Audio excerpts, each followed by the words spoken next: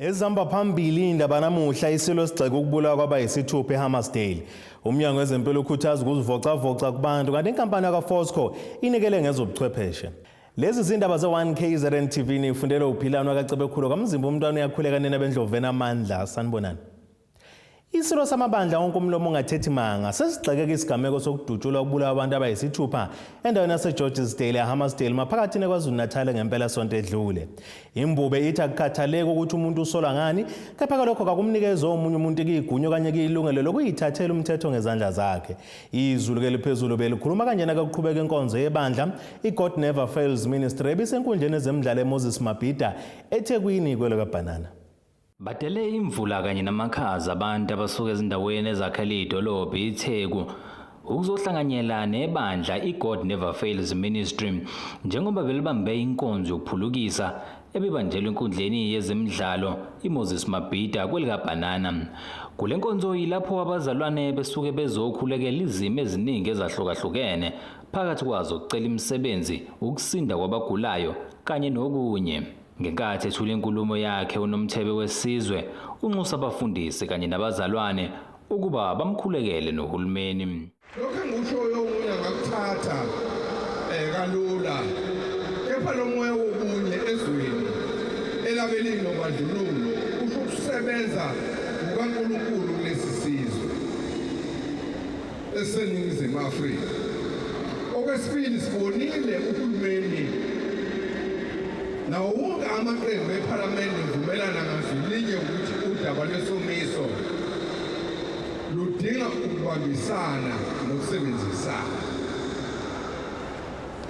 Nalokho kuvunguza komoya wobunye nenhloso eyodwa kosopolitiki ezintweni ezithinta isizwe kwakhomba khona ukukhona kukaNkulunkulu esizweni sethu. Kodwa ngisasho ngithi uhulumeni wethu sengathi angakasondele eduze uNkulunkulu ngoba uphelile mina mangibuka uNkulunkulu. uBejane ephuma esiqiwini kade bemvalele uthi akekho noyedwa umuntu onelungelo lokuzithathela umthetho ngezandla.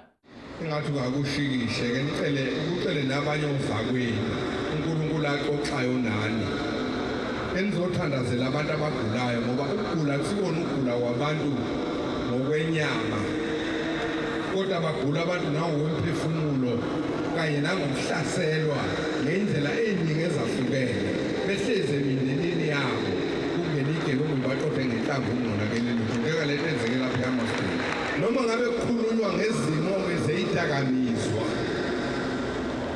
besolakala labo kodwa akekho umuntu okufanele athathe umthetho ayiphathele esandleni ngoba ngicabanga ukuthi alikho izwe elingenabo abantu abadala ababheke ukuhlonishwa ngabantu abancane ukuze nabo abantu abancane bakwazi ukuhlonishwa ngabantu abadala.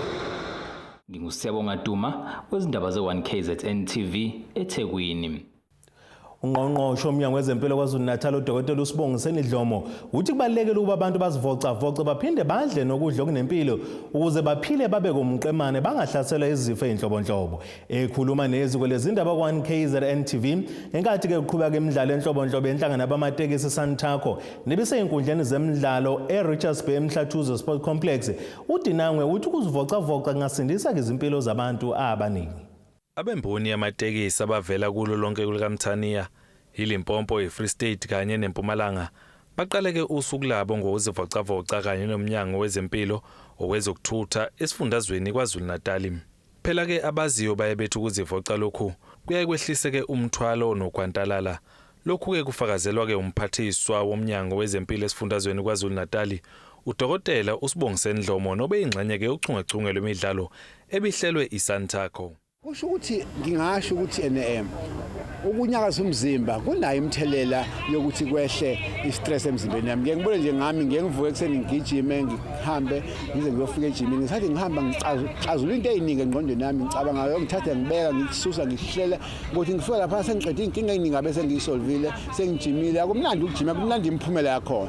So uma ke nakho lokhu ngase kulekelele ekutheni uzivocavoca mhlambe kunemthelela ngikubona kumina cha kuyasiqeda impela istress ukujima. ugijime kanti kusho ukuthi ke mase bonke abantu ke bakwenze nento nje ukuthi uhlala unento yokucabanga into eziningi engasile nezichathaza umphefumulo kuyaphela ungaphela nakubona bese ke mhlambe mekuba nemthelela ukuthi zinciphe ingozi zingabibikho ingozi ngasingajabuleka nalo kuqhameke ubumbano kulemboni osomatekisi betholana phezulu kumidlalo enhlobonhlobo kusukela ke kwibhola lomnqakiswano nobhutshuzwayo kuya ke kumlabalaba. Sizizwa sijabule kakhulu ngobumbano selwakhekile esifundazweni futhi lokhu ke kuyasikhuthaza ngani ngoba kusihlanganisela yonke imindeni imboni inkulu yezokuthutha ngamatekisi lokuhlangana kwemindeni kanje sikubona kuyinto ebalekile ngani ngoba kusiza ekutheni imindeni yazane nalesithombe nje besikhona ukuthi imboni yezokuthutha imboni yabantu abalwayo so ngaleyo ndlela makuhlangene imindeni kanje kuyasithokozisa futhi kusinikeza ithemba lokuthi imboni yakhula iyaphambili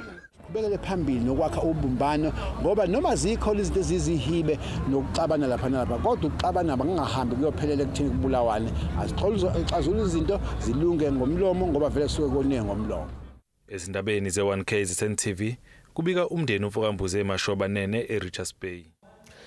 Isikhulu esiphezulu senkampani ekhiqiza amakhemikhali uFosco eRichards Bay enyakatho KwaZulu-Natal umnumzana Abraham Ledwaba uthe zobuchwepheshe abanikele ngazo ukuthi ke isiza abafundi abenza izifundo zobuchwepheshe kanye nezesayensi izosiza kakhulu ukuthuthukisa izinga lokufunda kwabafundi abenza lezi zifundo ezithatha nje ezibukhuni kakhulu ikakhulukazi njengoba zizophinde futhi ke zilekelele kulezo izikole engenazo lezi ikhungu ukuthi ke bekwazi ukwenza lokhu abasuke bekufundeke ezincwadini bekwazi ukuzenzela bona bekubuka bukhoma. uLedwaba ubekhuluma kanjena namuhla ngesikhathi ke bemukela ngokusemthethweni imishini esifakiwe kusonakele sisikhungo eZCBF edolobheni laseRichards Bay enyakatho nelekamdlokombani. Inkampani enkulukazi Richards Bay ekhiqiza amakhemikhali uFosco inikele ngesikhungo sezesayensi kanye nobuchwepheshe okuzosiza abafundi abenza lezi zifundo ukuthi bekwazi ukwenza ngezandla lokho abasuke bekufundile. Ekhuluma nezithimba lezindaba le1K ZNTV umphathi walesi sikhungo Alfred Tsima uthi ke abazokugcina ke ngokuthi bafundise abafundi kodwa bazothatha nedlanzana labafundi abazokwazi ukuthi bebuye bezosebenza khona uma sebeqede umatikuletsheni wabo noma izifundo zabo. Importance of today is that the people of Richards Bay should be aware of the services that we provide, community services that we provide for the local communities. When you look at the media center, there's a facility that we have put together as a company to ensure that we support the initiative of education because we believe that education is an important key in the economy of South Africa. And that is why we have partnered with government to make sure that we support this initiative. This initiative is purely meant to reproduce learning material for the local learners. And we have put money where we believe it's an investment that we are going to reap in the future. Isikhulu esiphezulu enkampani noFosco Abraham Ledwaba uthi ke lesi sikhungo singezinye zezikhungo ezibaleka kakhulu empilweni yomfundi njengoba lokhu ke kungabasiza ukuthi bekwazi nokuthola amamaka kangcono emphumeleni yabo. Uthi ke basebenzisana nohulumeni ukuqinisekisa imfundo esezingeni eliphezulu. This place is a very good place for children and this is a great day for us. We've been receiving support from Fosco for several years, but for the first time they have really revamped this display area here for the children. We are standing in a very privileged position of being able to host more than 30,000 children every year coming to the Science Center and to encourage them to follow careers in science.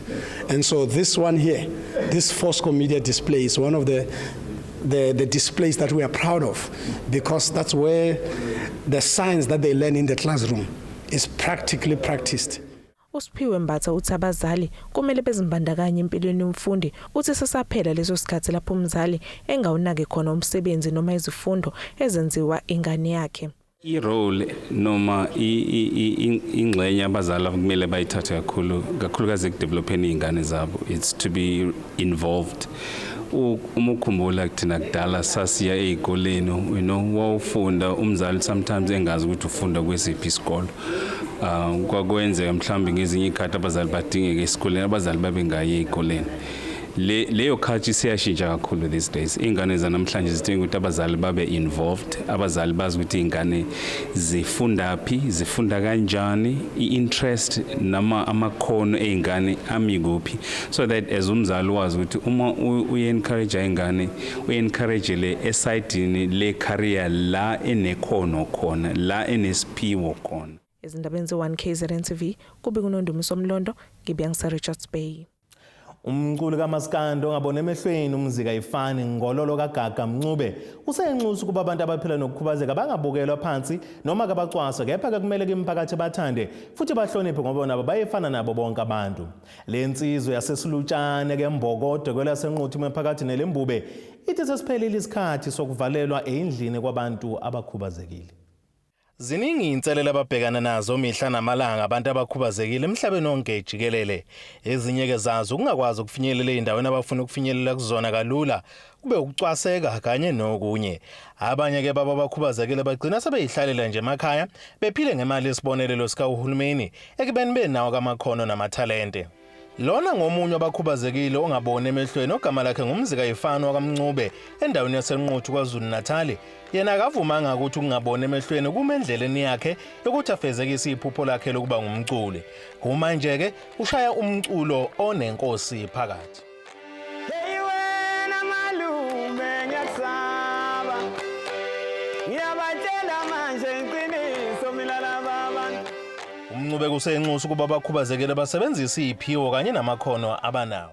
Asizameni ukuthi singayibukeli phansi.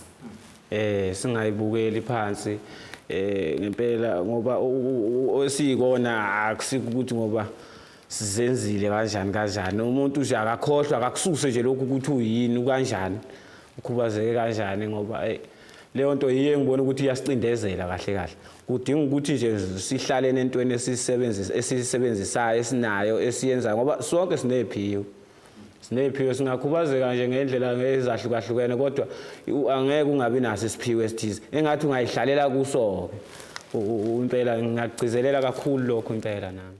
Umzila Nkatha unxuse nokuba abakhubazekile bangacwaswa futhi bangahlukunyezwa. Abantu abakhubazekile noma ngathi ukhubazeke ngayiphi yona indlela, mina engizokucela ukuthi engathi singehlukumezeke nokuhlushwa ukuvaleleka ezindlini lokhu nokubizwa ngamagama nje athize, leyo nto iyasilimaza. Ngizokusho impela lokho, ngiyacela nje kakhulukazi engathi impela singaphatheka nje kahle impela singahlukunyezwa umuntu okhubazekile ngoba sonke singabantu siyaphila njengabo abanye. Ake sibheke engosini yezomnotho. Iranda kuleli bizo R13.67 kuyidola laseMelika libe ngo17.16 kupondo waseBrithani, libe ngo14.63 kueuro yaseEurope. Intengo yegolide ime ku$1,190.23 ounce, bese uthi intengo kawela ngahluziwe yona ime ku$55.59 umphongolo. Ake sibheke engosini yezemidlalo.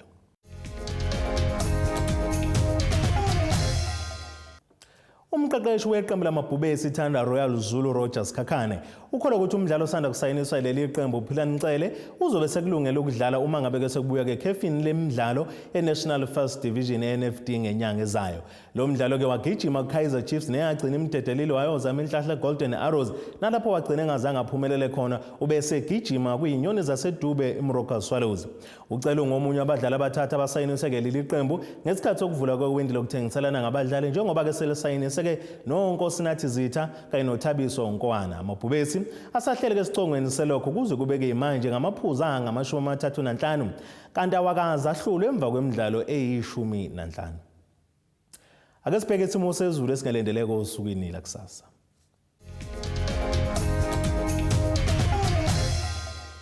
Empangeni emadlazini kaMthetho kohlazo ojinje entambanane emtubatuba nkoma kaixoshwa uzobethe qwaqwa ngamafu amazinga okushisa u20 kuya ku29 degrees, eThekwini kwelabhanana kwaMasha sinqawunqaweni komlazi 22 kuya ku28 degrees, emgungundlovondo ngazibomvu phansi emakhabeleni nasozwathini kwamaphumulo 19 kuya ku30 degrees, Olunde emashona kwaNongoma ehlalankosi 18 kuya ku30 degrees, eXhophe nemantente kohlokozi komkhomazi amazinga okushisa khona ku17 kuya ku26 degrees.